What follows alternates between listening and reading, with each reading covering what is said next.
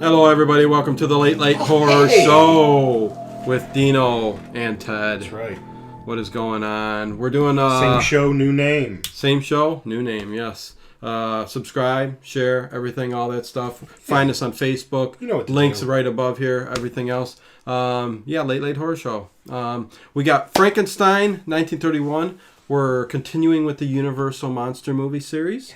And loving it. Everybody's kind of digging it too, I think. So. I think so, as they should. Yeah. These are the best movies there are. Oh, and we're talking Frankenstein. And stay tuned. We're going to go in depth before we run the movie and do the commentary with a little bit of back information and all that stuff. Ted did his research. He did a term paper on the subject. Yeah, I got my notes. I got notes. Oh, he went in depth. We're talking. They're up here. I don't need. Yeah, history, everything else, but. Yeah, Frankenstein, 1931. This with Boris Karloff, James Whale directed. Right. This is our third James Whale movie. And tomorrow, or next week will be our fourth. With Bride of Frankenstein, we'll be doing next week. I don't think any other director has represented more than James Whale in our show. Yeah, I think so. Yeah. We did The Old Dark House, The Invisible Man, and the two Frankie movies. Yes. And Boris Karloff, this was his first film. 44 years old. He became a star. His first starring film. First starring film. Sorry. Because he did his daughter said it was his 81st film. Yeah, so he did a lot of old silence and pre-code and stuff like films, that. Back when they did the gangster pictures and stuff Scarface. Like Scarface. He was in there for 2 seconds. Yeah. And you know who else was in there? Jackie Gleason. How did I miss that? I don't know. How do you ever miss Jackie Gleason? He must have been thinner. Did he have any dialogue? Not much thinner. Yeah. I'm going to have to go back and watch it. I got it somewhere. I got to go back and watch it. Yeah, you have to. Because, he had a lot to do with, he liked the gangster stuff back then. Was he driving a bus? No, he was in the, it wasn't a soda shop, but it was kind of like that diner type thing. And he was the one kind of cooking and stuff. But he was part of the gang doing their stuff. So, I'm going to have to revisit that. Jackie Gleason was in there. But we're getting serious. Mm-hmm. Even though I may throw a joke here or there throughout the commentary. Yeah, he'll throw me off. He always throws me off. But this is kind of serious. I mean, this is one that I think this is your favorite series out of the Universal, out of all the Universal monster movies, Frankenstein is my favorite. Yeah. And this is, Frankenstein, the original, 1931. This is just spectacular. Mm-hmm. It's like you said, it's more like a stage performance. It's actually based on the play version of a play version of Frankenstein. Yeah. There were several. And it starts off with the curtains. The guy comes out, which we'll get to once we go into through. But we got a lot of stuff. I mean, life. That's what it's about. Starts with the spark. The whole message. Electricity. That's right. Go on, Ted. Start it off. Start it all off. Well, let's see. We're coming up on 200 years of Frankenstein. 2018 will be the 200th anniversary. Universal will start planning. Okay, let's get something. Let's get a rollout. 200 years, yeah. 200 years of Frank. If you can't capitalize on a bicentennial, I don't know what's wrong with you. And I don't mean put out a crappy movie. I mean, put the original back out. Yeah, I know you talk about the Fathom events and stuff, which can be cool, but... Right, they've done that before. They did the two Frankenstein movies But it'd be nice, like you said, to be let's make one day a week, a throwback period. Put it back out and run it 10 times a day. That's what I say. Like classic... whatever, Mondays. Let's make it Mondays or something like that, where you do all the classic movies... 16 millimeter remastered and put it up on the screen, and you're going there. It'd be but it's not going to happen. But anyways, I don't know. These movies get the shaft, even though they're what saved a struggling studio. I mean, Dracula within 48 hours made back a quarter of its budget. Just. So many, tens of thousands of tickets sold in 48 hours. Yeah, if not hundreds. Made them realize that, hey, we got to go and make another horror movie, which would have been Frankenstein, the next obvious choice. Bela Lugosi was going to play it, and we were talking about the lost footage of Bela in the... Yeah, on a set of Dracula. Getting ready, trying out Frankenstein, makeup, and it's gone. And lost footage. I think the last it was seen was back around 1936, somewhere around there. And the only place you'll ever see it is a poster. It's got like a Colossus-sized Bela Lugosi, with makeup like Frank. But other they than put that, the poster out before the movie was even started. They it's a starring Bela Lugosi of Dracula, and of course this movie. Boris Karloff isn't even mentioned, and it just says monster and question mark. And at the end of the movie, they tell you about cast it. Is worth repeating. Yeah, and that's what jettisoned him to stardom. Frankenstein, and the only reason he got it is because they changed directors. They got rid of Bella. They didn't want to use him for the picture. Yeah, and James Whale came on from England, and he wanted James that Whale. picture. He wanted that picture, and so he got it. And he was walking and noticed Boris Karloff sitting by himself eating in the commissary and just noticed his face. I think he said the bone structure of his face. Yeah. And James Whale also said that as he was eating his food, he heard him going, was he making the noises? And he said, those are real noises. What? That's my monster. That's how he got it. Amazing, I mean, just... Yeah, I would look at Boris Karloff and say, I got a good role for you. Some people have, that's like, what's his name? Glenn Strange? Is it? Yeah. Who also played Frankenstein, right. Just the face structure. Yeah.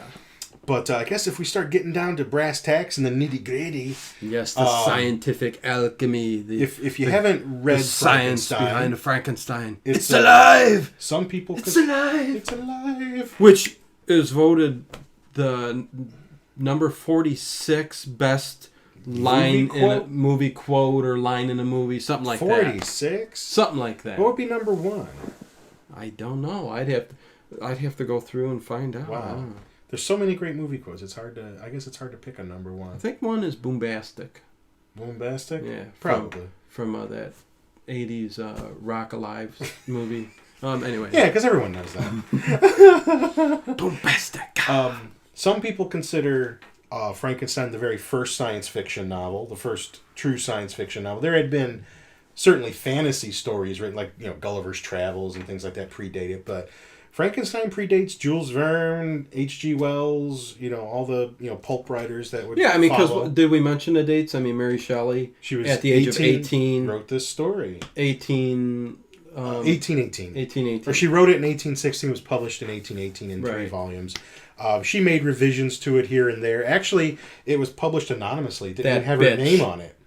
It was there was a what do you call it? An introduction to the story by Mary Shelley, who would have been her husband, Percy. Percy Shelley. And so most people for a long time presumed... Who also made the movies Percy Jackson and the... That's it, that adaptation. Sure, I don't know if that's the same dude. Okay.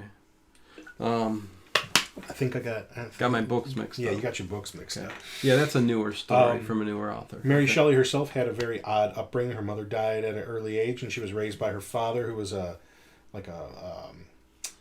political philosopher, and so that is odd. He kind of hung around with the what do you philosophical political. Well, the hoi polloi of society. The hoi polloi. Hoi polloi. Laurel and Hardy. No, Three Stooges. Three Stooges. The hoi polloi. So she was exposed to a lot. She had a very... Don't you like that we can say things like this and some of these people are going, what the hell? What's he talking about? Hoi polloi. Hoi polloi. So, she had an informal but very rich education. Yes. And so in the time that she was living... a snob. She was a snob. Is what they say.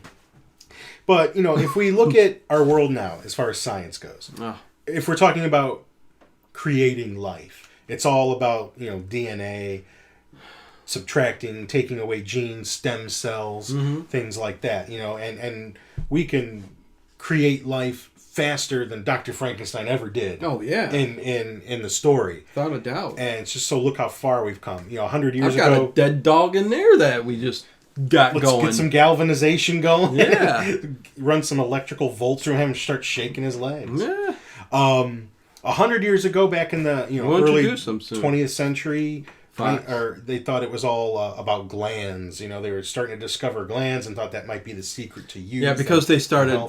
That's the era when they started getting it was like grave robbing. Basically, they would scientists and Mary students. Shelley's time, yes, yep. Scientists, students, and anybody who needed to work on a body would buy freshly dead, mostly homeless people who don't have family, Fresher people who the better. donate. Yeah, and they always weren't particular where they got them from. Exactly, yeah. They were called resurrectionists. And the most famous ones, they've even made a movie about them a couple of times, and they've been in other movies called Burke and Hare. And it kind of, the film versions about them kind of, postulate that, they may not have dug everybody up. Maybe they killed somebody and brought them in to get paid. Yep. The fresher the better. Right. And but that was because, in Mary Shelley's time, there were advances in things of electricity. Electricity was getting to be a new thing. Alchemy was still around. Galvanization, which I'll talk about. Alchemy, which is more chemical processes and stuff like that. Right. So. Alchemy goes all the way back to like ancient Egypt. Right. And it's mentioned in the novel Frankenstein. Basically, it would be the study of like base elements. Like if you remember, like back in like medieval times, when people could say they could turn lead into gold, that was alchemy. Yeah. It was, if you know lead into gold. If you know the base elements of every item, then you can theoretically add and subtract things and transmute one thing into another. And in the novel Frankenstein, a few actual alchemists are named. And he would have had that in his mind when he was, making his creature. There were new advances in anatomy. I mean, there'd always been advances in anatomy, but now we've discovered during Mary Shelley's, youth that it was the heart. They used to think the soul dwelled in the heart. Right. And they found that actually it's the heart that pumps the blood. And they were finding new, what the brain does and things like that. And remember, this is just 200 years. Right. Look how far we've come. Yeah, this is how 200 years ago how we thought, right? And this is like what you're talking about, and this is a little bit of what's shown in the film about the body snatching and the resurrectionists and medical schools using real anatomical parts, and they needed to see those things to understand the body. And the whole experimenting started. Galvanization is another thing where human cadavers were used. Galvanization was where, like if you remember, like if you ever heard like the frog leg experiment, where the guy was running electrical volts through severed frog legs and getting them to move. Yes. What he discovered, what he maybe didn't realize at first, is that was how the nerve impulse works. The fluid and the electrolytes in your body conduct... Zoom to from cell to cell to cell to cell. That's why it's so important to have your electrolytes and your fluid, because that's where the electricity in your body, it conducts it to the next nerve cell and the next nerve cell and the next nerve cell. And that's what he was reanimating. Right. And so you try that with, dead tissue, and that got... Because we are all... A ball of energy. Electricity. I mean, that's basically we are. If we lose our energy, our electricity, our energy, people say that's where you move on. That's your soul, your energy, your essence. You don't die. I'm just throwing stuff out there, but please. It's all about the soul. Is a big energy, issue in Frankenstein because where is the soul? When you die, where does your soul go? If you are, let's say we could revive you. Let's say we could use this galvanization or whatever and electrically bring you back to life. Is your soul still there? Or in the case of Dr. Frankenstein, when he creates his creation, bypassing God completely, is there a soul? Yeah. Is there a soul in this creature? And I don't think they, there's certainly, in the movie part, the adaptation of this, there's certainly a lot of emotion, which lends you to believe there's a soul. Boris Karloff, the pathos in the eyes. Oh, yeah. I mean, so you would think that there is a soul. I mean, whether they wanted to... Is it just one soul, or is it soul from all the different parts, or... Well, that's what we don't know, yeah. I mean, but through Mary Shelley, I don't know if you remember as much of that being told in that... her story, her adaptation of that. It about figures. The soul, it figures in a little bit, and it's just something that. Because did she come across as more about the soul, or was it more himself. scientific? It's like the creature himself questions his own existence. What am I? So it was kind of an open door. Yeah, it's and actually even in the novel, like we've all seen the film Frankenstein, Right. and all the electrical equipment that's used to bring him to life. Yeah. None of that's in the book. None of that. That is never mentioned. Actually, the only word that's ever mentioned in the book, and Spark. I know this, is spark. Spark. And it's one sentence. The sentence that, the one sentence description of him bringing the creature to life. So, I mean, the word spark could indicate, using electricity to bring it to life. Well, nowadays, I mean, that's basically what science uses as a term for creating life. Mm-hmm. It's the spark of life. Yeah, I mean, a lot of scientists believe panspermia, whatever, life on this, where it was the amino acids, the essence of what we can use to build life is Mm-hmm. there. But the spark, the storms, the lightning, a lightning Mm-hmm. bolt created the life essence, and from there, living cells, whatever. I mean, this is what is out there. Well, so, electricity. in our story, that's how life is brought about. In our story, absolutely. And A electricity, little more complicated than that. I can't wrap my head around it, but electricity was still a new thing. Benjamin Franklin did not discover electricity. Right. He discovered some properties of electricity and things that it could do. He honed it. He invented the lightning rod. He And did the kite. experiments. He invented the kite. But basically, like in Mary Shelley's, electricity was used as parlor tricks. Like the Leyden jars and electricity. Everybody. He said Leyden jars. Everybody joining hands, and everybody could feel the electric current going through them and stuff like that. It wasn't until later that they actually found practical uses with machines and things for electricity.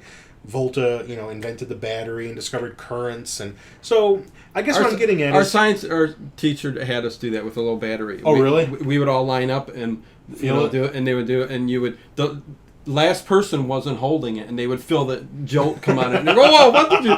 So it was kind of cool. Don't be the last person. Yeah, it was kind of cool. And I guess what I'm getting at is these are all the things. What are you getting at? The anatomy, the electricity, galvanization, alchemy. These are all things that Mary Shelley was exposed to. And so these are the properties that are in the book. And some of them... Is that with her rich education that she got? Yes. Her. So after morning tea, her parents She didn't would go to take- regular school. Her father would take her to different countries, and she was exposed to all these books and all these different ideas that people would expound upon, and she would just sit there and listen. And we'll talk about Mary Shelley a little bit more next week, because the start of Bride of Frankenstein actually reflects on how she wrote the book. Yeah. And actually there's some interesting things about that too. So, but these are all the things that she would have been thinking about and exposed to. This was the science of the day. And so this is what is in her novel, and some of it is reflected in the film, whether it's actually... The word galvanization is used in the movie, but some of the other things, you just kind of read into it as you're watching the film. But, issues of the soul, issues, is... Should man, are there things that man should not do? Yeah, Tamper with is exactly. That's should we be dealing with bringing the dead back to life? That's the message of the film. Because ultimately, and we'll see this in the film. Ultimately, the creature is rejected by his creator, much like God rejected, human beings when he sent the great flood down. He never gives him a name. And true, he never says, he doesn't call him a monster, doesn't call him a name, anything. And like when Fritz, we'll see later, is whipping the heck out of him. Fritz, he's just like, leave him alone, leave him. He just wants to wash his, like he wishes he had never done it, wish he never created him. He shuns his own creation. Yeah, and that's going to come back in the second film. When, Frankenstein's monster is a little bit more educated, a little bit more self-aware, and wants a mate. And this is something in the novel that, Dr. Frankenstein was very afraid of. He feared his creation. You must breed to live. Well, he feared what would happen if they procreated. Even if they went and move down in the South American jungle somewhere, what if they... spawned a whole army of these, undead kind of, and so he had serious questions about that. In the novel, he doesn't even do it. Like, he starts to work on it, but then, tears the body apart. I'm not going to do this again. But Bride of Frankenstein, he does do it. But you got to wonder to yourself, in Frankenstein, if Fritz would have gotten the right brain, could this creature have not been a creature, and could he have actually been an intelligent? Maybe. But an intelligent monster. He would still look the same. He did grab an abnormal brain, right? But I can't think that guy who had that brain was just walking around going, "Arr, arr." I mean, he probably could talk and do some things. So who knows? I mean, and that's the question. No, that's a good point. You've got a good point. Life force from all these different body come up parts. With something good. Thrown that were stitched together and thrown together, and if there is a soul, I mean, how do you know it wasn't just like a confusion of life forces all within one creature? And then that's a confusion. Of and then souls. And waking up and not knowing what the hell you are, and here's some hunchback whipping me and burning me, and I'm chained to the wall all of a sudden, and I don't understand. So poor guy. And then, like I said, in Bride of Frankenstein, he will become more self-aware, learn how to speak, learn how to talk, and desire company, and wants to know, who am I? Why am I? Yeah. So, and all his organs are starting to work, so he wants a bride. Yeah, his organs are working. So with that pretty much sums up everything I had written on these two pieces of paper here. That was good. That's what was going on at the time when Mary Shelley wrote this book at the age of 18. She even wrote a post-apocalyptic novel as well called The Last Man. I've never read it, but I do have it on my reader. Okay. So, I mean... Must have been better than Frankenstein, because nothing ever came of it. It was kind of like a lost novel for a while. Like, it was rediscovered like in the 1960s. But oh, really? Yeah, but she wrote it after Frankenstein. But it is like the plague wipes, a plague wipes everybody out. And, it's called The Last... So she wrote a post-apocalyptic novel before I think anybody else did. Wow. So, she's written a couple novels that would be considered science fiction otherwise. I think she wrote like criticisms and other things, but this we'll continue to talk about things. The Gothic, with the movie, this is the Gothic novel, the Gothic horror novel. Oh, the stage, like here, we're starting the movie off the here, movie starts, and it starts with the drapes open. Guy comes out. This is Edward Van Sloan, who in Dracula played Van Helsing. In this film, he plays Dr. Waldman, who tries to help Dr. Victor Frankenstein. No, Dr. Henry. And why they changed the name, I don't know. They said the name Victor sounded very unfriendly to the American audience. Well, I have no idea. Why is the other character in the movie named Victor? Exactly. Why couldn't they have switched them? I mean, isn't it nuts? Dr. Victor Frankenstein's not supposed to be the most likable character anyway. Yeah, that makes no sense. I really don't understand. But if something with, what, Hollywood back then, and he takes off from the stage there. And right, but he gives you a warning. The movie you're about to see, it could horrify you. If you've got a weak constitution, I like when he's like, well, we warned you. You may pee your pants. And, but it'll go on to find that this film was censored. And, there were two scenes especially. The scene where it's alive.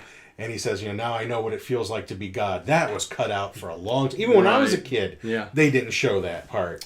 Yeah. I think not until I got it on DVD was it on there. And then the other part where he's playing with the little girl, Maria, the scene where he actually takes her and throws her in the water, that was cut out as well. And I think I forgot where I read it, but I think like the state of Kansas, when this film came out, they demanded like 36 different cuts be made. And it would have cut the movie's length in half. No way. Like they wanted like all references to certain things cut out. I mean, there was no movie. Wow. There was no movie. Oh, so crazy. This film did get censored here and there. We've got it all back now, thankfully. Right. Oh yeah. But like some of those scenes, the scene where him throwing the girl in the water, that was found like in another print. It wasn't they cut it out of the original negative. Yeah. So we're lucky to have that. And here I wish somebody could find the missing parts of King Kong. Yeah. Well, we got to do that too. Anyways, my favorite movie. Well, here we are. We're at the scene at the cemetery. Yes. And what's cool about this? It's like and why is the Grim Reaper back there? I think it's a knight because he's holding a sword. I think it's like a knight. You think it looks like and there's Fritz and there's Henry.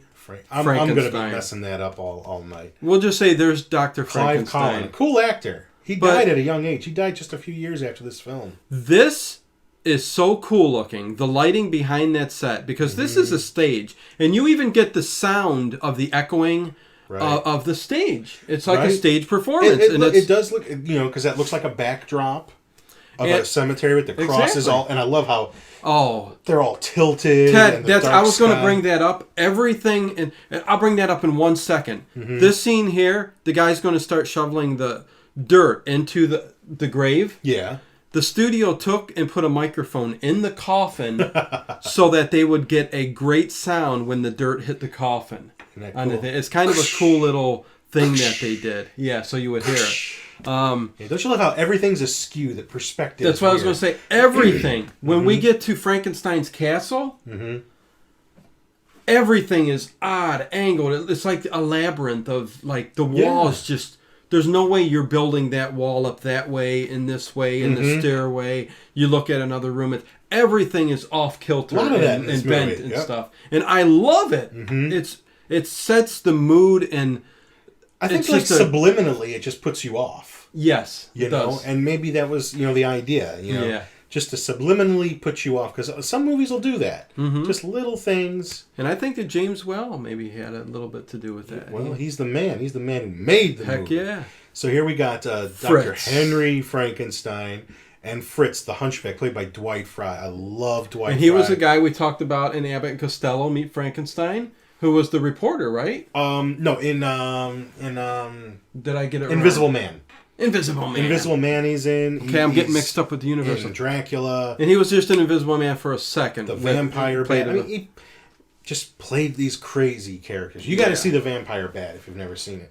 He plays a great character in that film. But look at the cross gravestone is just off kilter, like the night, by 45 degrees. The night back there, whatever that is, Grim Reaper, just off. It's like a Grim Reaper to me, but I see what you're saying with the night. With so as soon as they, that's what I took it as, because I was like, what is that?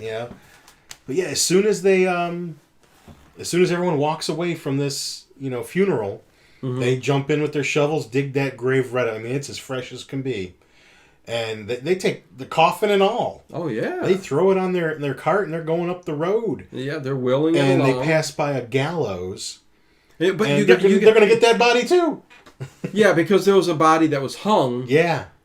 Earlier, and like they're going to say in a second here, it's still fresh. It's still him, Master. It's still him, Master. Who is Fritz, and Fritz is your Igor. hunchback. This one's Fritz. Yeah, not an Igor, but you know what? We'll have an Igor in the sequels. Yeah, but Fritz plays this character is just great. I mean, he's cool. Good. But even Henry von Frankenstein, Dr. Frankenstein. You see at the very scene when they show him with Fritz at the cemetery, the funeral, whatever you want to call it, in his face, he's just got nothing else on his mind. Yeah, that obsession. Yeah, the obsession for this. Colin Clive is great in this movie. Oh, I love him just there looking through that wrought iron fence. Yes. Just down you fool. Oh, and this Fritz takes everything from this guy, and I think that's why he goes after the monster later on when he's revived, or not revived, but brought to life. Yes. His eyes, Fritz's eyes. Cuts him down. You like how Dr. Frankenstein tells him to go up there and cut him down. You don't want to do it. Yeah, he goes, get up there, you fool. And then, he cuts him down, and, unfortunately... Old Medical College. The neck is broke, so they can't use the brain. He needs a brain. So he's got everything else, I guess. He just needs a brain. So hard to look at this film and not think of, like, especially this scene here where they're in the students, the college hall or whatever, and he's giving his lecture on the anatomy and stuff like that. And all these college students look like they're like 30.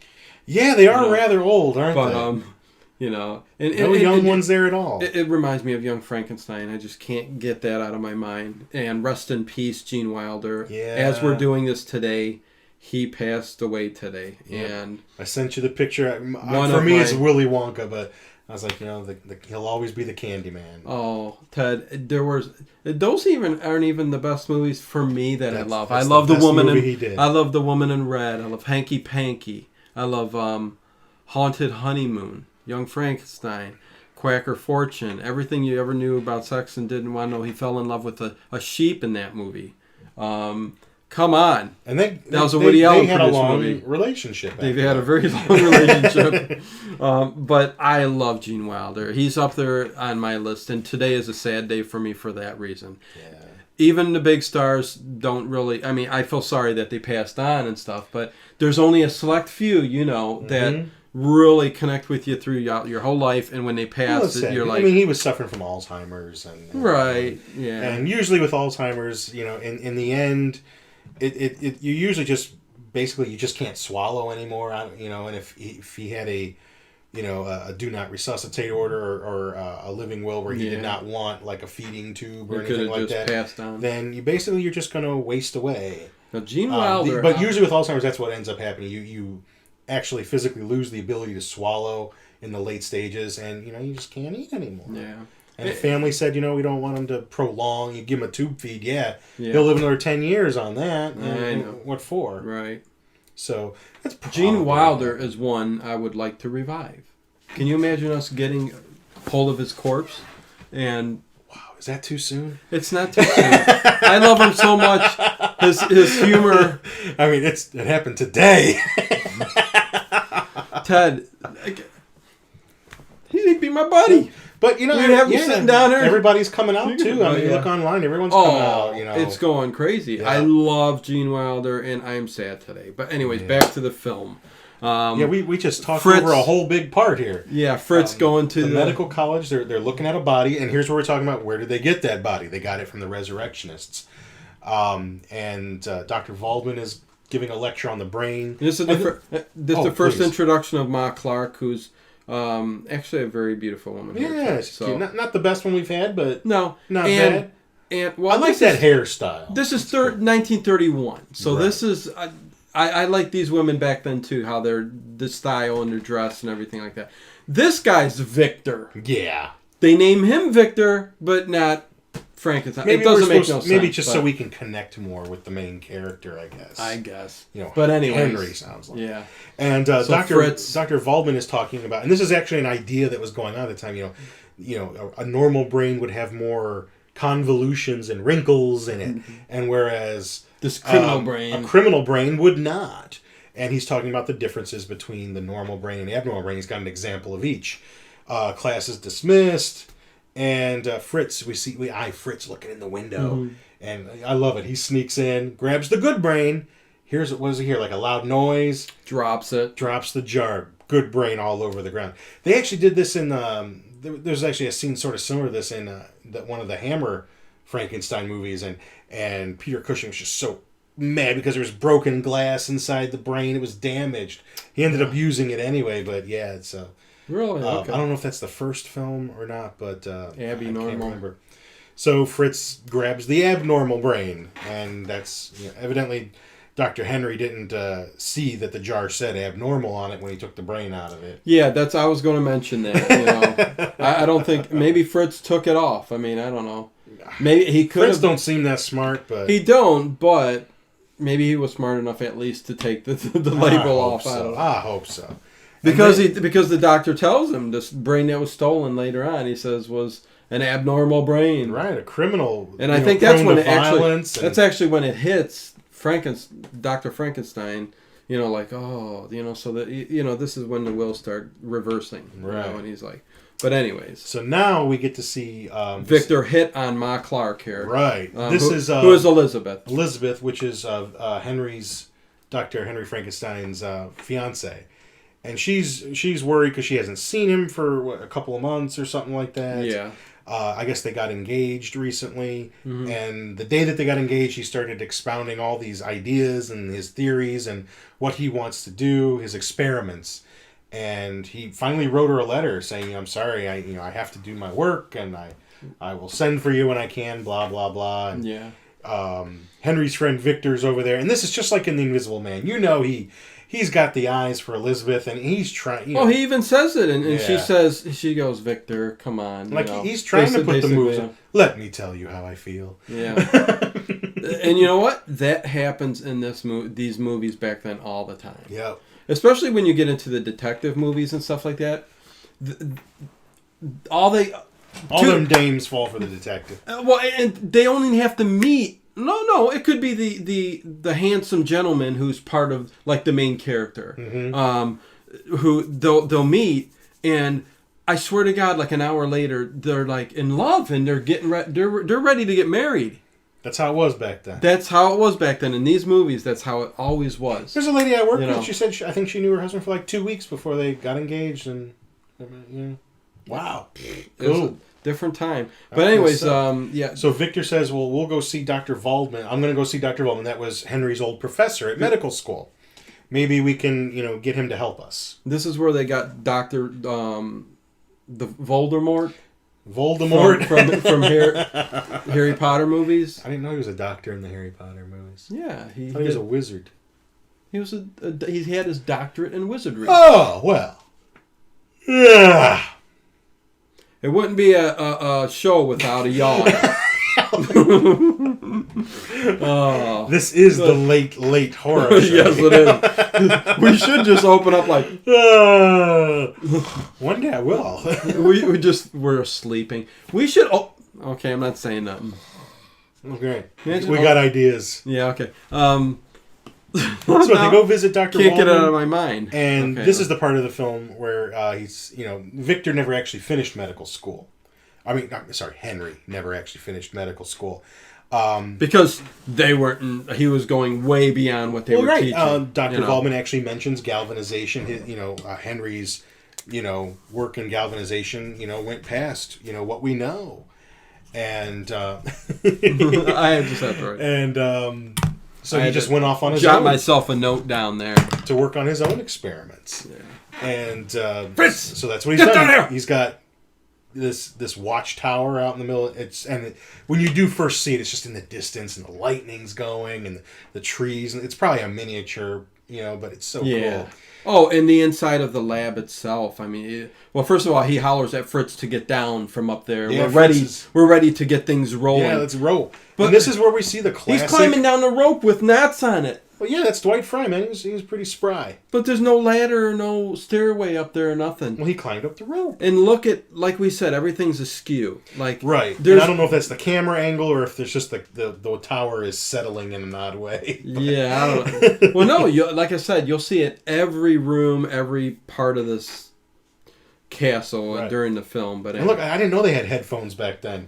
Yeah, and the headphones it's picking. He's going, oh, the electricity is building up. No, they're Beats. He can hear static. Don't buy Beats headphones. Yeah, don't waste your money. It's way too bassy. Well, it's all about that bass. About that bass. About that bass. If you like headphones that my wife bought, I was just like, if you like headphones that sound like shit, then yo, man, Dr. Dre's love that bass. It's all about the bass. About the bass. Okay, you going on, man. You busting a rhyme. I bust that rhyme. All I do is smoke weed and bust rhymes. Mm-hmm. About ready to get Frankenstein monster to life. This is where you see all the classic, what we associate with a Frankenstein film. All the electrical equipment and everything like that. Again, not in the book. But scientifically, yeah. You won't have a Frankenstein movie that's not going to have this kind of stuff. Yeah, I mean, isn't this the... this was also the first film... to use that when they showed that castle and the thunder and lightning. Mm-hmm. This was the first film to actually put that in the movie. I believe so. Yeah. Well, if you're talking about like the previous Frankenstein films. Yeah. This was the first time they actually incorporated castles in the thunder and lightning visual scenes that you would see in this movie. Is that for sure? Maybe. It's in the. Yeah, it's because I didn't look like on IMDb. Yeah, it's part of that history on there. Oh, cool, so, cool! I didn't know that. I didn't know that either, but yeah, I'm glad you did some. You did something that I didn't do because I forgot to go and look up that stuff. Yeah, I usually do look up like the trivia and history and stuff like that, and I didn't do that this time. Well, I mean, I figured I had enough. Yeah, and this too, the whole science, mad scientist laboratory like this with the Tesla coils, the electricity, and all. Right, there was a real Tesla coil here. That they got from him. Yeah. They used a real Tesla coil. So, yeah, they're getting ready to. I mean, this is the night. They're gonna revive the body tonight. This is the night. And they look at that. I love that staircase. And see the wall going up. Yes. Does that? It makes that is no so cool. sense. You but guys got to watch that because it's a work of art. It is. Sorry, that was rude. So there's a knock at the door. They right get at the interrupted. pivotal moment. I know. And he sends Fritz down there. He says, we got about 15 minutes to the peak of the storm. Fritz goes down, and I love how he's got his cane, and he's down like this, and he's running down the steps. And that's where young Frankenstein goes, walk like this, with that little stick about this high. Yeah. Oh. It's because of this. Yep. So, yeah. And it's Dr. Waldman, it's Victor, and it's Elizabeth. And he's not going to let him in. Hell with it. It's raining. It's pouring. I like how they start hollering up, and he goes, Who is it? Who's bothering me? It's Elizabeth. Please give us shelter. Go away. You must go away. And he wants to send It's him only out. when she does say give us shelter at the door down here that he does let her in. And then the she's dripping wet. Idea of his experiments starts coming up. And I think it's Victor who says, you're crazy. He's like, crazy, am I? Crazy. You want to come see? And he invites them up. He's going to do this, right? And I have to mention, I love when Fritz answers the door and then he's going to go back up the stairs. He stops to pull his sock up. Yeah. That's the first thing on his mind. Let me fix my big, I gotta think thick woolen wet sock. James Whale didn't say, Dwight, please, stop and pull your sock up. That was probably just something he did, like a little tick. Yeah. Dwight Fry. Oh, I love it. I try to seek out, like if I'm scanning through Turner Classic, I'll look, and if there's a movie I know he's been in, I'll always watch it. He wasn't always in horror films. Yeah. But look at that stare. God, look at him. I mean, he's Dr. intense. Frankenstein. Put that up there. Let him see that, man. That's intense. He's got an intense stare, Dr. Clive Frankenstein. Collin, man. I like this guy. I like this actor. Victor is he did some silent films. That's why you get that. He's got those facial. Did he? Did he do silent films? Yeah. Okay. And you'll see it in his facial structures when he, everything's with the eyes and the moving and the stare and the move. That had to be because this is right around the time when that happened. And that had to be a hard transition for a lot of people. Yeah. Some people did great. Like Laurel and Hardy and stuff like that. If anything, I think they did better. Oh yeah. To hear Chaplin was able to do it, but not with the Tramp, really. Right. That character was a pantomime type character, but some other, Buster Keaton had a little bit of a hard time. I don't know if Harold Lloyd did much. And some of these other actors, just had a hard time going. Yeah, not all of them did. I mean, some of them couldn't really speak that well. Chaplin thought that sound was just a fad. Yeah. I'm sorry. Once you can hear, that ain't going away. No, that ain't a fad. Who wants to hear people speak on film? I know. I mean, can you imagine these guys being that stubborn? Right. But they were the older kind of generation. like how I think 3D is kind of here to stay. As crappy as some of it might be, when it's done right, it's amazing, and when it's they got the virtual reality now on the headsets. Which I found a store, TJ Maxx, has got virtual reality things. You know how Samsung's selling them $200, guess how much they are there? $15.99. All right. What do you do with them? You put your cell phone in it, and it winds around, and it blocks everything out so that you're just seeing this cell phone, and your cell phone has these 3D movies and apps and stuff like that, to where almost like the what are those called? The old toys, where you see the 3D. Like the Viewmaster? Viewmaster. Okay. It's almost like that, to where it's like a 3D movie. Huh. They got porn? I would think that they would. If not, get on that. Oh, they would. I'm sure they would. No. Yeah. They do? Yeah, there was a whole thing on it. Yeah. Excellent. Yes. I won't give out notes. Yeah, but I heard when I saw this. I heard. When I saw this virtual reality thing, it did pop up, and I'm like, because that question comes up. Yeah, that's right. People want to know. You better believe the porn industry is on that. Oh, man. But anyways, what's going on here? He lets them all in. Yep, I'm going to show you my experiment. And he brings them up to the lab, sits them down on... he locks them in, first of all. Right. And he says, I must take very good precautions. Who the hell's coming up there in the rainstorm? And he sits... First of all, he demands Victor to sit down. Yes. Sit down! And he does. Yeah. And Elizabeth, please he goes, sit down. yes, please. You must also sit down. And then what's he talking to Dr. Waldman about? I mean, he says something, because Waldman kind of challenges him a little bit, your proof. And I think he's talking about how, I've discovered, the ray. No, he says something about, you talked about all the, the spectrum, colors of the spectrum. He's like, I've gone beyond that. Yes. That's almost Lovecraftian. Yes. Where, I've gone beyond that, and I've found the ray that, the life-giving ray. Yes. So again, doesn't necessarily mean electricity, but that's almost something metaphysical, So yeah, I mean, it borders, where you can take it different directions. Right. So, yeah, it's there. I mean, when you're talking life and death, so Right. and they're so vague in what, even though electricity definitely, I think, is in a this big film, part yes. of this in the film. In the film, there they are. They're uncovering the body, and you can see the stitches, and you could tell it's unlike the other later Frankensteins where they're the jacket and everything like that, because he's got. I mean, even though he puts a jacket on in here later, this is Boris Karloff. He's thinner, skinnier. Right. He just portrays Frankenstein. I mean, I don't think there's so great. There's no one that ever did Frankenstein better than him. And the makeup is, I mean, when you finally superb. do see it. And the thing about this makeup, done by Jack Pierce, Universal Studios has copyrighted this makeup effect, the Frankenstein monster, through the year 2026. I'm sure they'll renew it. So I mean, that's how big of a deal this is, with the way that. And no one's ever topped it. Even any makeup artist will tell you, no one's ever with what they had back then. No one's ever beat that. It was a work of art, like a painting. I mean, that was all cotton and what they say, spirit gum and.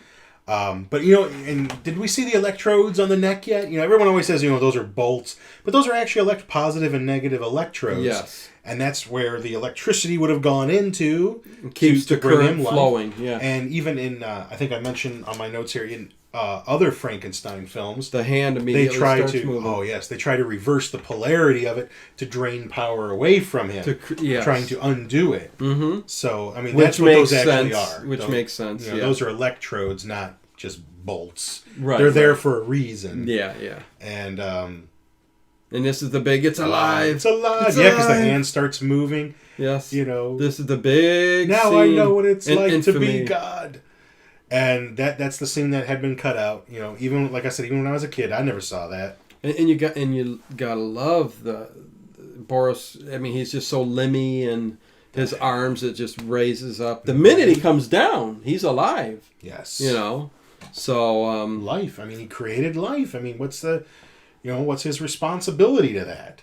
The movie doesn't go into any big deep conversation about it, but it's something that we should talk about. He's responsible for this creature now, and like I said, he almost from the get-go, he completely shuns him. Yeah, because right now we're just back with his father, who's actually very annoying. Yeah, and he's one of those guys that whistles those S's. Yes, I'm a best. I am in charge of this. Yeah. Whatever this village Any is. part that he's in just annoys me. Yeah. Lionel Brumore. So it's not Barrymore, but I don't know. No, not Barrymore. But yeah, he's wanting to know where the hell Henry's at, and why isn't he here? He's got He goes, "Oh, Henry!" He wants him to get married. And Victor goes, "The candy bar?" Oh, Henry. Yeah, Henry the candy bar. The writer. Now you got me thinking. Oh. Now it's this guy. Okay, so yeah. And they're just they're not telling him. Victor and Elizabeth, they're not telling his father what he's done. No, but that he's working on these experiments and he's discovered something. And, oh, nonsense! He's got a perfectly good woman over here. She's getting married and having babies and whatever. Blah blah. And who's the guy that comes in? The Burgermaster. The Burgermaster. And the only place I've ever heard that before is that Christmas one. The Santa Claus is coming to town. It was the Burgermaster. That's right. That's where I've heard that before. Mm-hmm. He actually looks like Mr. Heat Miser. Yeah, Heat Miser. Is that his name in this show? I don't know. No. That's the Year Without a Santa Claus, the Heat Miser. Oh, that's right. Okay, we're getting off track. Oh, we're confused. Okay. Well, what were you saying about, playing God and all that stuff? Oh, just, I mean... when he states, now I know what it's like to as the electricity dims and goes. We're having a brownout. It's just and that goes for us as well. I mean, we're getting to a point where we could probably clone a human pretty soon. If we haven't, we probably have, and we just don't know about it. But what's our responsibility? Just like movies like Blade Runner deal with. Like what's your responsibility to this life that you create? I mean, that was like the whole point in Blade Runner. When they seek out more life, they're going to meet their creator because they want more life. They realize, hey, I only got 4 years. It sucks. Yeah. What am I? Yeah. Am I? I love the end of Blade Runner when Roy Batty, Rutger Hauer's character, is sitting there kneeling in the rain, and he's just saying, I've seen things you wouldn't believe, and he's talking about all his memories. What happens to that? Yeah. Does it disappear like tears in rain? Which is so. And that's exactly my thoughts on the matter. But anyways, and that's the idea is in what this I contemplate. Film. What's his responsibility now to this creature? At first, hey, he knows how to sit and stand, and he can follow simple things, but he doesn't quite turn out the way he wanted him to. He's not this new Adam, so to speak, and he shuns him. Just basically, turns him loose, doesn't give him a name, doesn't give him an identity. Turn him loose, turn him loose. You gotta see him my way, or no way at all. Okay, man, you sound good. Oh, thanks. Practicing. That's why I need a guitar. Yeah, it's always better with a guitar. Well, you gotta. I'm going to invest in a guitar. I don't need to learn. I just strum those chords. I mean, it's not hard to play the way I do. Oh man! So Dr. Waldman and he sticks around to continue this. I guess I would too. It's like my student can teach me something. Yeah, I mean, I guess did bring life back. He's proven it's true, and now he's interested in his notes and how he did it, and even though he doesn't really. Well, I mean, but he does warn him of some of the dangers of what he's done. Yeah. And he does. Now I think we're gonna see the creature here for the first time pretty soon. Yeah, isn't it? It starts to come up the steps. Yeah. Now, are they just letting him walk around? I guess. I think they're just giving him free rein. He's just kind of. Yeah, I mean, he's looking around the castle. Maybe he made himself some breakfast. Yeah, some ham sandwich, eggs. No, Frankenberry. Frankenberry. Yeah. No eggs, he loves he's jiggling some eggs. Whoa. Making fun of this serious movie. Nah, we gotta have fun. I can't even remember what they're talking about here. Oh, they're talking about the books. He says, why does this smell like mildew? You gotta keep these in a drier place. These will be worth something someday. Oh my God. Could sell these on eBay. I got that book, I think, somewhere. You might. Yeah, you deal in books, man. The Life of Victor von Frankenstein. Yeah, so you hear the footsteps coming, and they go, oh. Yeah, and really, they don't know what he's capable of yet. They don't know, can he follow any directions? And why does he turns the light down? Maybe not to scare him. I don't know. I like to scare him. But I love how the door opens and he walks in backwards. Yeah. I do find that odd. I don't know if that was for the audience. They could have just made the door open nice and slow. That would have been just as effective. You know what? Yeah, that was very weird. The profile. And there you go. Frankenstein. That is flawless makeup. And then, there you go. Yeah. That look. Closer. And I love the lacerations on the side of the forehead. And just Boris Karloff's sunken in cheeks and the way... This is black and white film, so, that you get that effect. You know how he got that sunken in cheek look, right? Because you'll notice that, one cheek is, really sucked in. He wore a bridge. And when they were doing the makeup, he had him take it out. And he would suck it in a little bit. Okay. And it would make it look like that gaunt, sunken in, dead kind of face. But yeah, he took his bridge out for that. Oh. So it's just kind of happenstance that he had that. And do you see how even when Frankenstein's, the monster's walking, he's walking on an angle too? Yes. The whole house is askew. Everything, and he had to have done that on purpose. I mean, I think so. It just, like I said, it puts you off. Yeah. And some movies do little things like that, like Nightmare on Elm Street. Freddy his sweater was red and green because those are the two colors that are the hardest for the eyes to process. That was done intentionally. Yeah. Things like that. David Lynch will use certain sounds, that are just a little uncomfortable, just enough to put you, off. Oh yes, he tells him to sit. He sits. He's all happy. He can follow directions. Mm-hmm. And he opens up the skylight, and it's the sun out there, right? It's daylight, and he just goes and looks at it and reaches for it, and I mean, it's kind of a sad. It is. It's a great silent performance. But it's sad. Like, I mean, he doesn't. Like, I just want to watch. I don't want to talk. I just want to watch. Look at the veins in his arms. And do you think that's where they get the whole reaching out thing with Frankenstein in the other movies? I mean, I still don't understand. I don't know. Why he needs to walk and reach. Yeah. That's just something. I'm after you. Maybe one actor tried to do something different, or and everybody says that, like when Bela Lugosi played Frankenstein after, everyone always disses his portrayal. I mean, it was terrible as crap. But I mean, all you can do is sort of mimic what's come before. Yeah. If Bela had done Frankenstein at first, we might have had a completely different creature. Right. And look at the and right there that it's Boris Karloff. He's moving his hands like asking for something. Right. What? I don't. Food. I mean, I don't know. But doesn't even know what he wants. Maybe just something. Like a baby. And Fritz runs through into the room with a big torch. And freaks the monster out. And let's tease the monster. Let's tease the monster. And they all start fighting him and hitting him. And he's going after Fritz, and they're just trying to subdue him. And poor guy. I mean, Fritz is. Do they give him? No, not here. Not yet. They just knock him down. Eventually, they give him a shot. But but it takes oh man, this scene here. He's in the cellar. And the bars on the windows.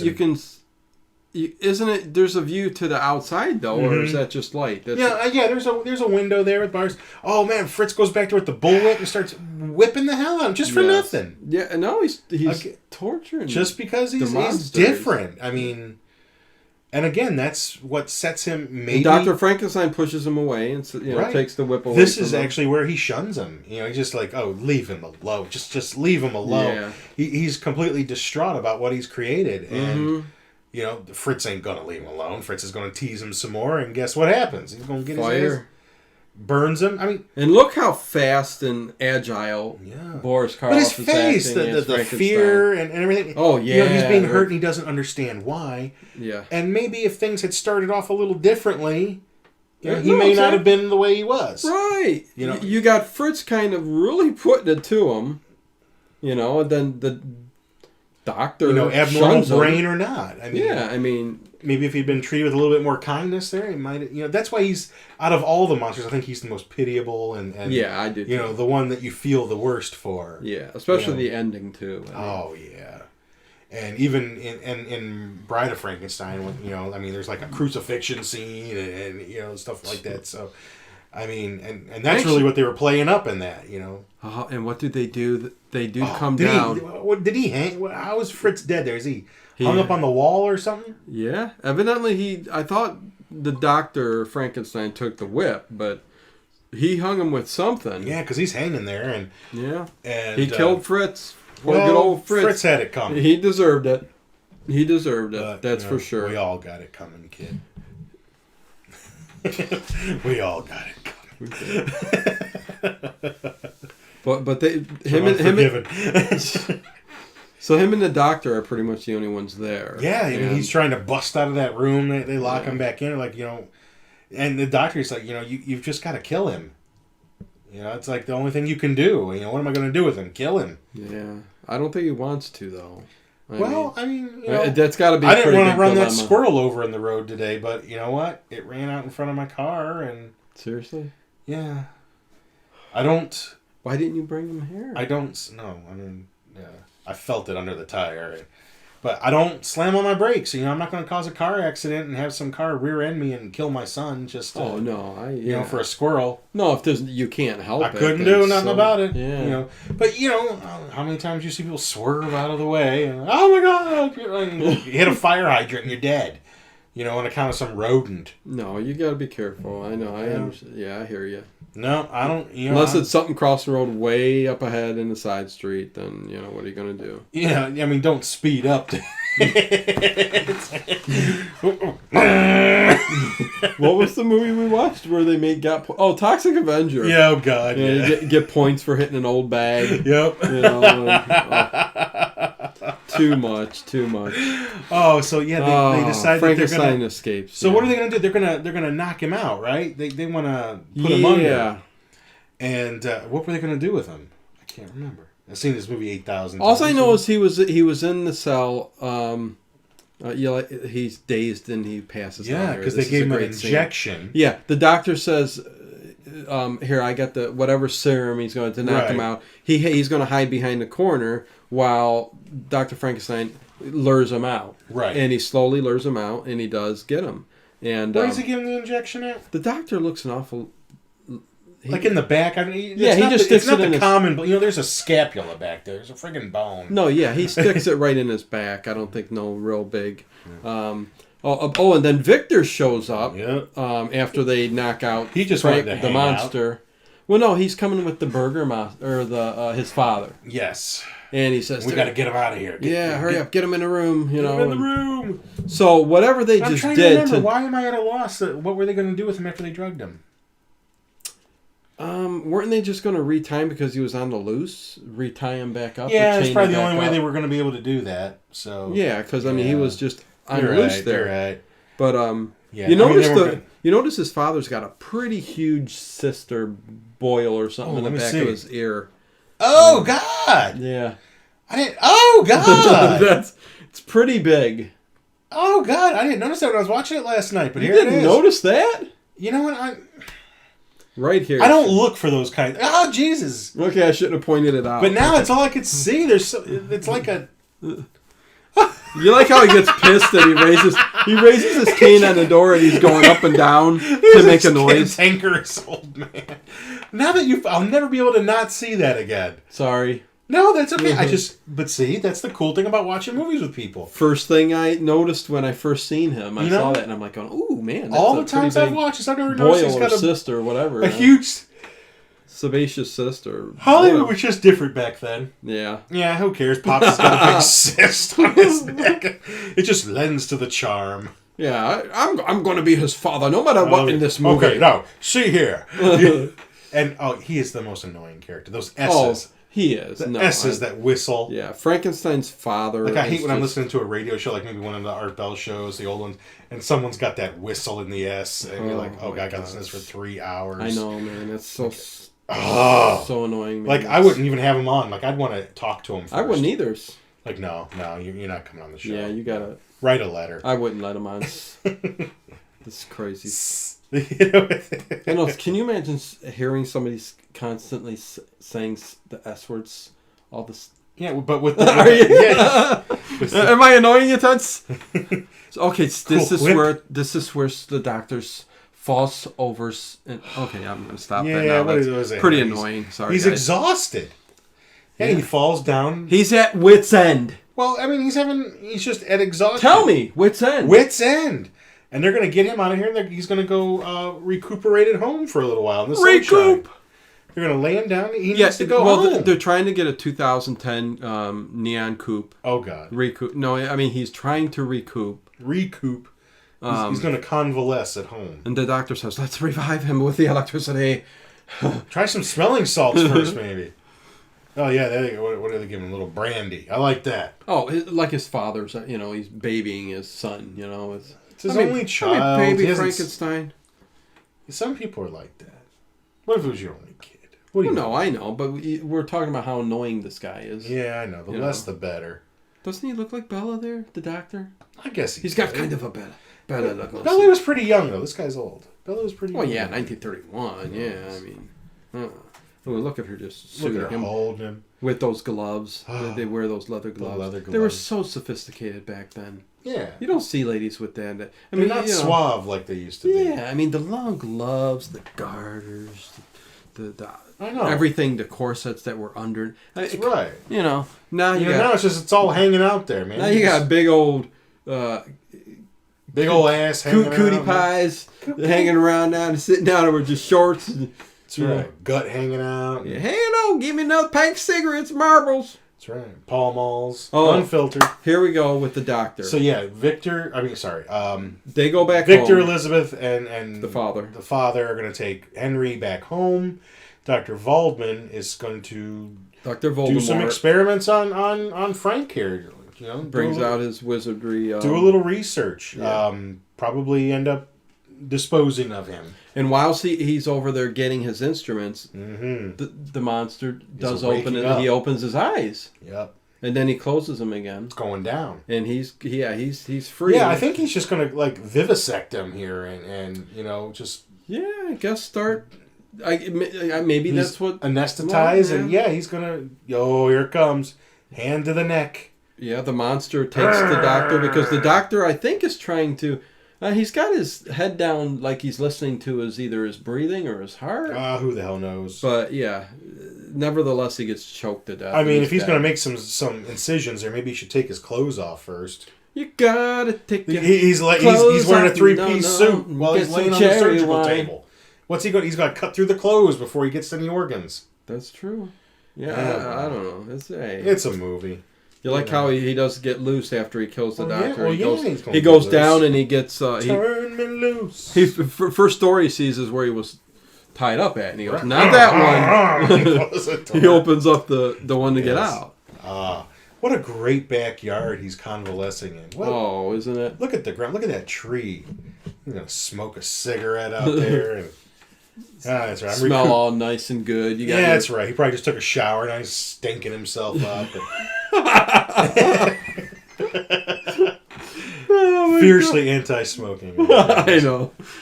I'm the same way. I understand back then people didn't know, but like nowadays, I don't care what kind of choices you have. We just know it ain't no good for you. Do you see the people in the movies and stuff like that now? I'm talking about current times.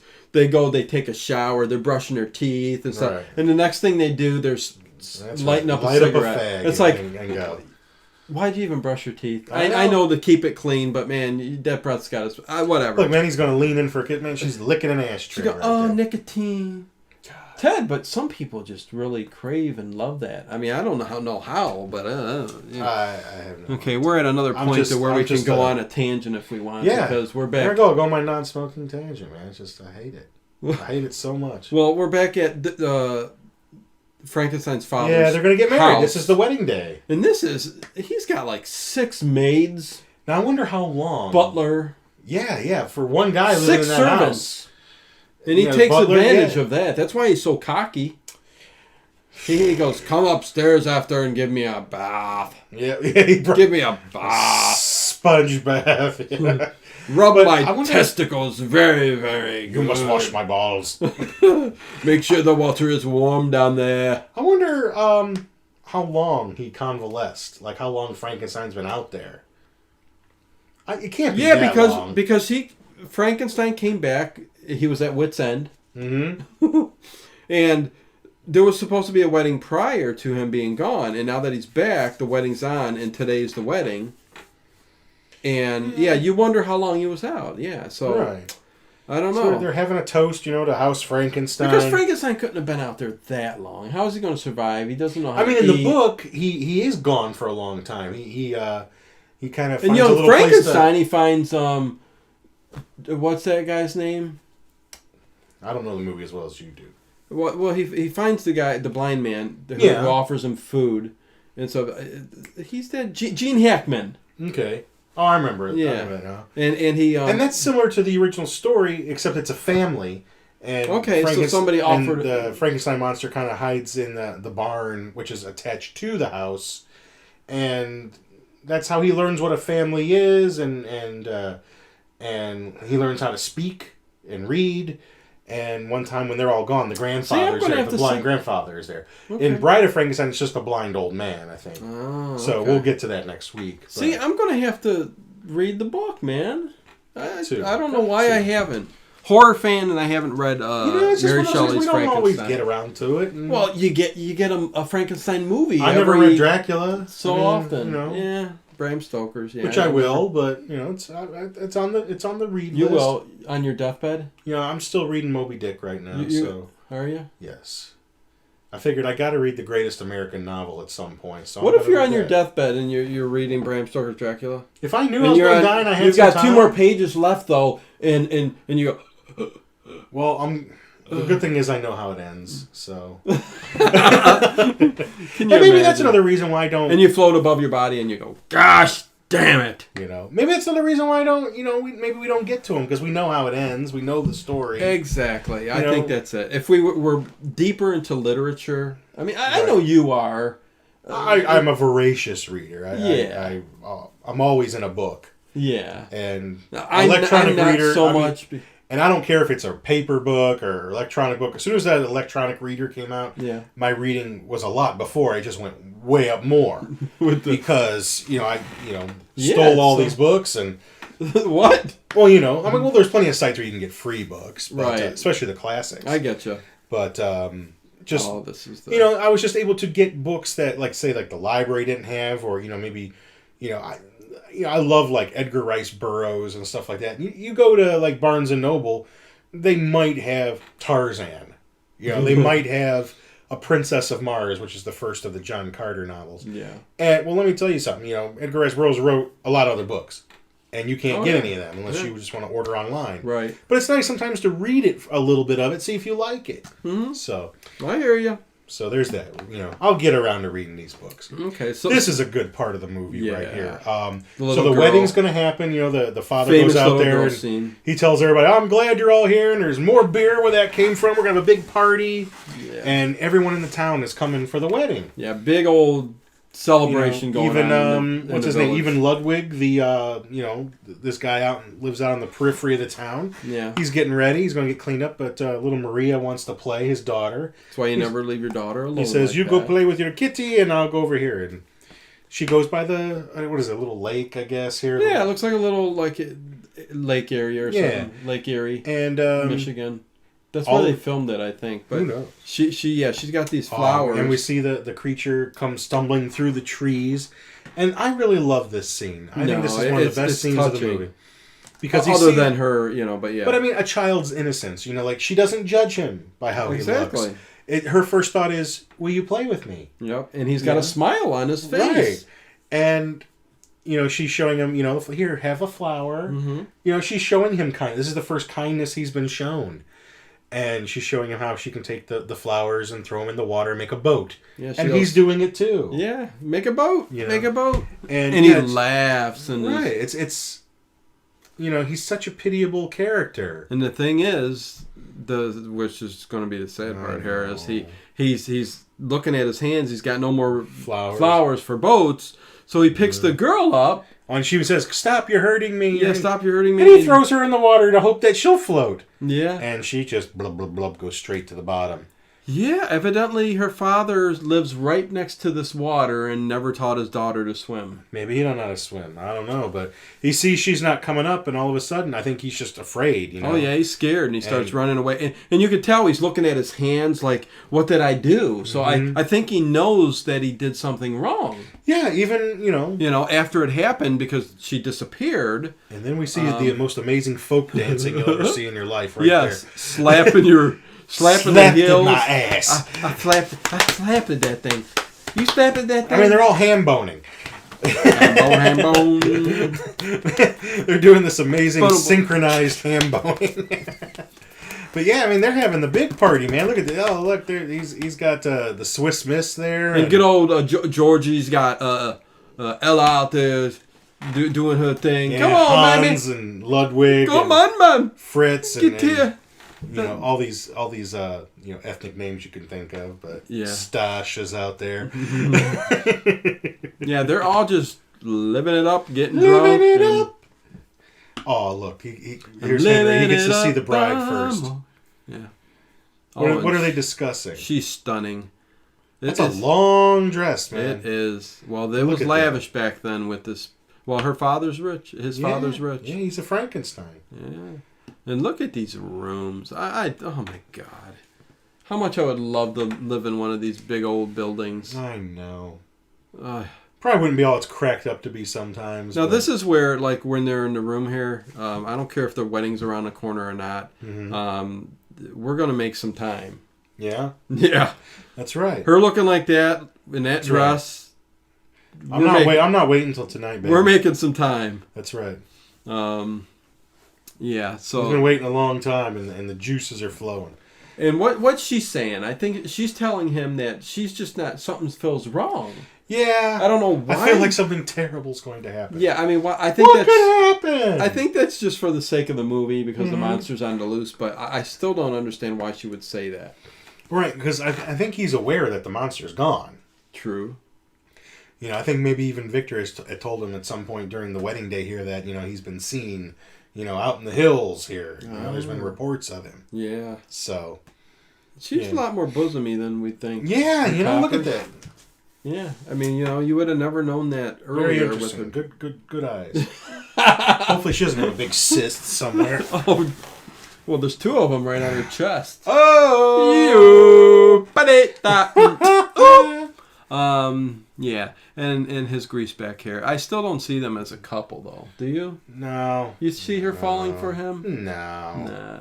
I don't know. Maybe he was different back then, but... Yeah. You know, and then Victor pops in like Scooter, you know, 5 minutes to curtain.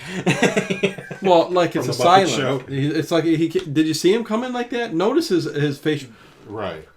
Well, this is where he tells him that he pops in to tell him that the creature's been seen. Don't you love how Henry locks his bride in the room? Yeah. Click, click. I mean, whoa! What is up with that? He's trying to protect her because then, as soon as they're standing outside the door, they start hearing in the house. And he says, "I think I hear him upstairs." Right.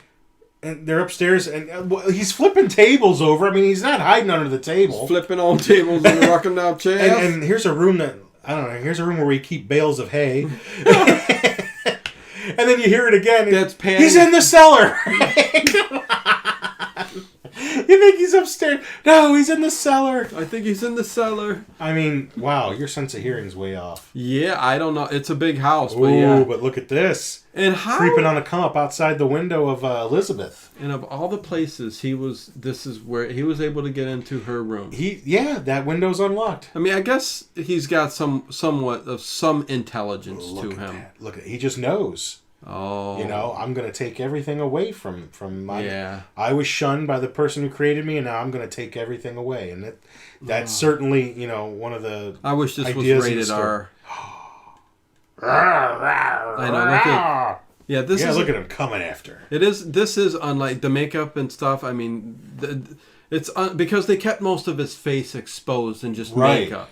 And that's how you could get a lot more of the expressions and emotions and everything out. Yeah, that's a good point. Most of that makeup, most of that face, that is Karloff's face. Right, yeah. You know, there's some makeup on it, but that's his face. That's him emoting. That's not all makeup like the Wolfman or Creature from the Black Lagoon. Or even in later Frankensteins. I mean, it was more of a stiff, emotional face to him.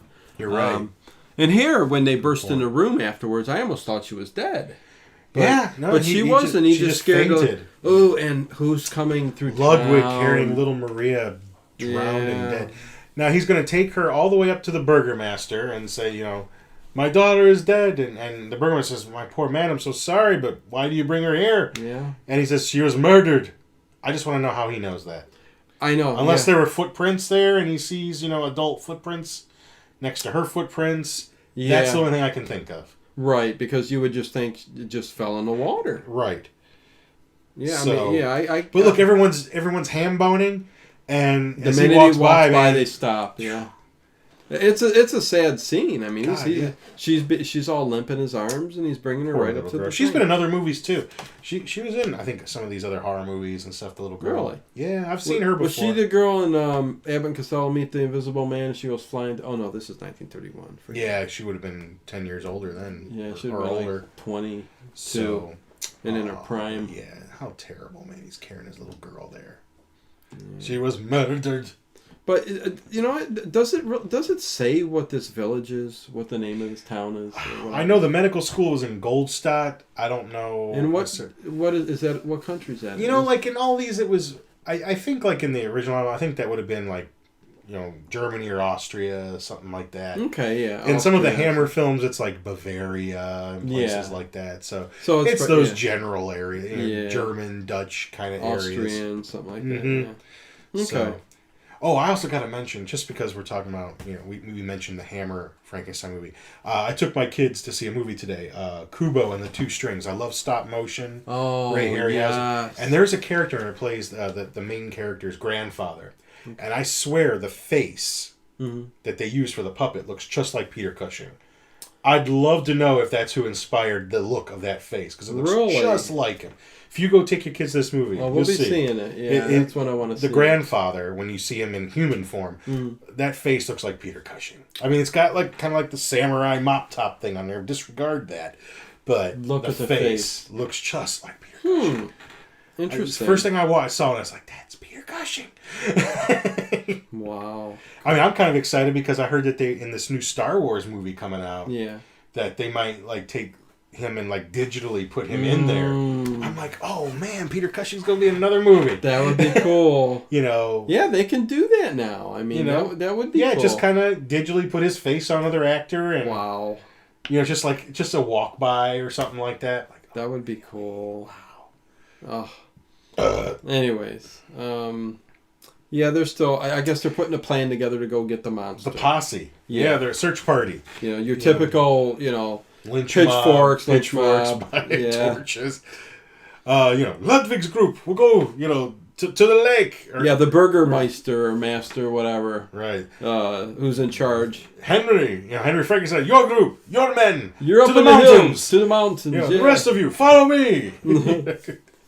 And that's pretty much what's going to be. You're going to see guys searching the lake. What's it? Oh, no, I'm just saying, I thought maybe you were saying what the town was. I didn't know if it said on the sign there. I had some kind of Austrian language. You're right. I mean, it's Austrian.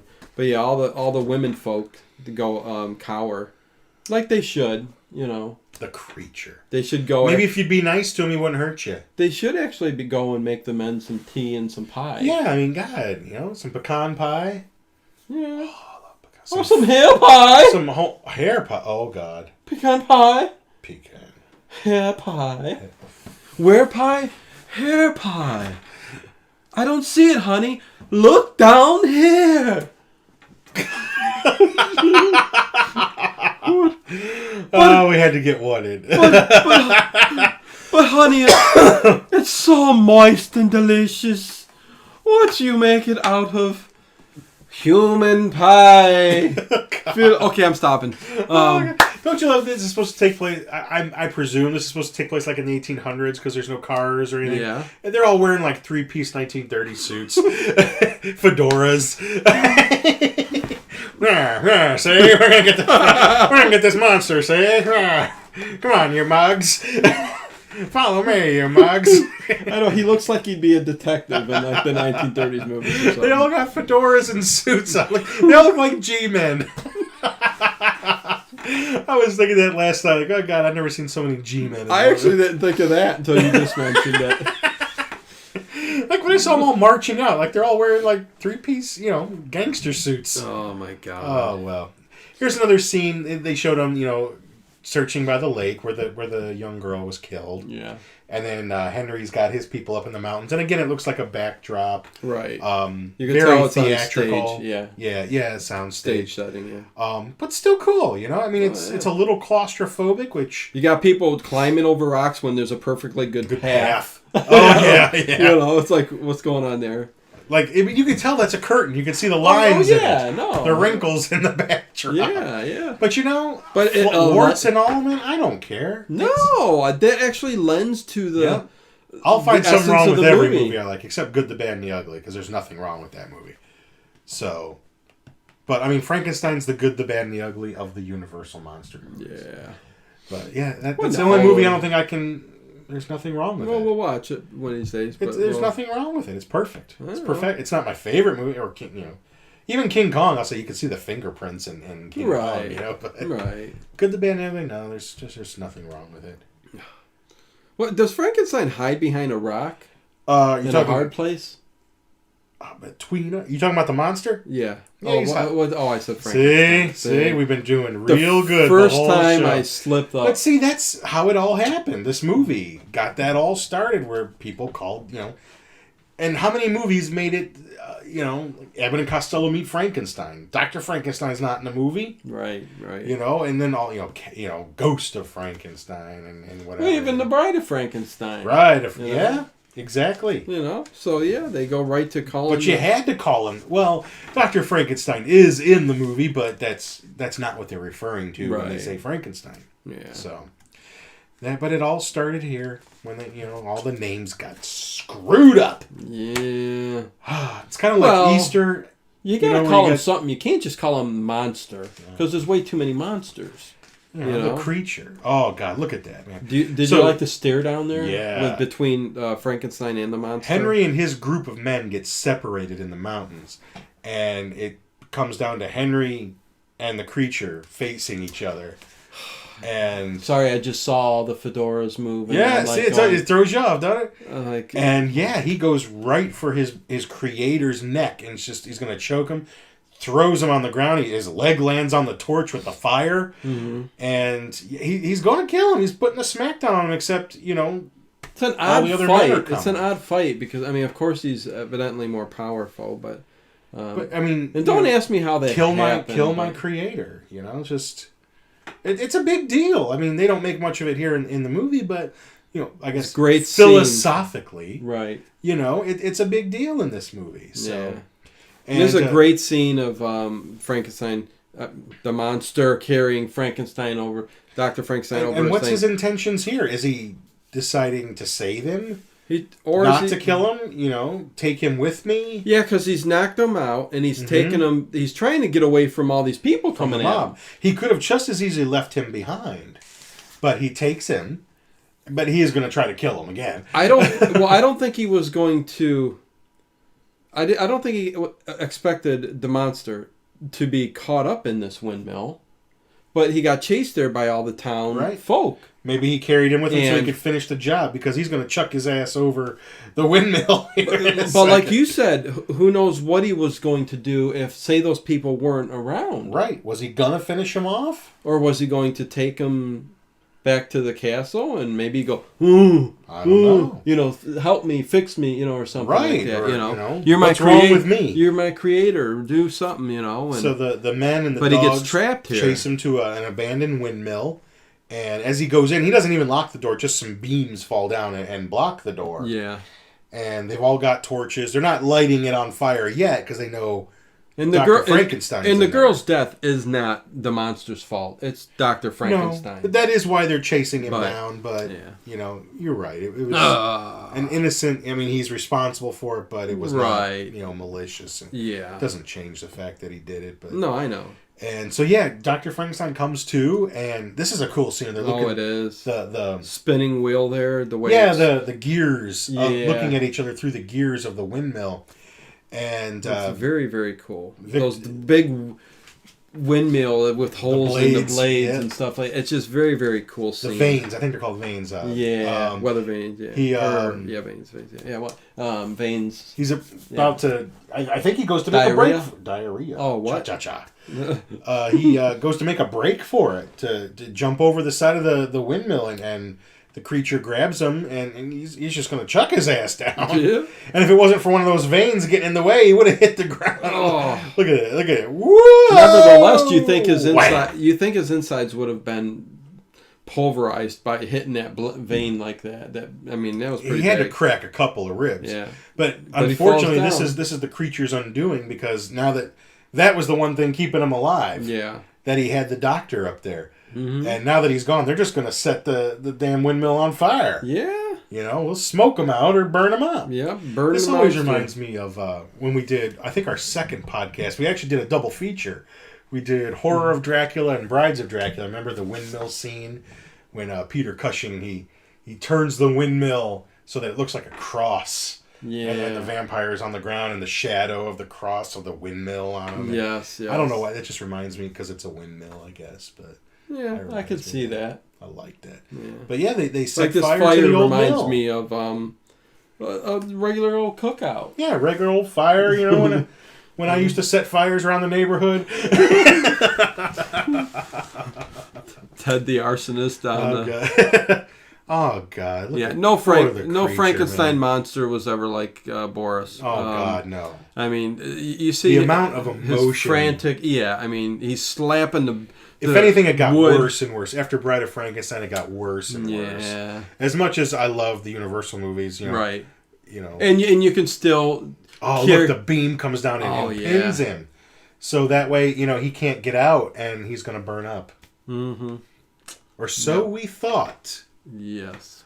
But as for we shall see. It would be a few years before we'd revisit the character again. So it's not like it happened right away. But yeah, the windmill's burning up in the background, and the movie kind of ends. I kind of wish the movie would have ended this way. Yeah. You know, this would have been a better place to put a the end. In my opinion, I think so too. Than showing up with this. All the maids, 6 maids, all giggling. 1, 2, like 3, I don't know what 4, they're 5, doing. Yeah, 6 maids, 1 butler. Yeah, and they're bringing Grandma's wine. Isn't it Grandma's wine?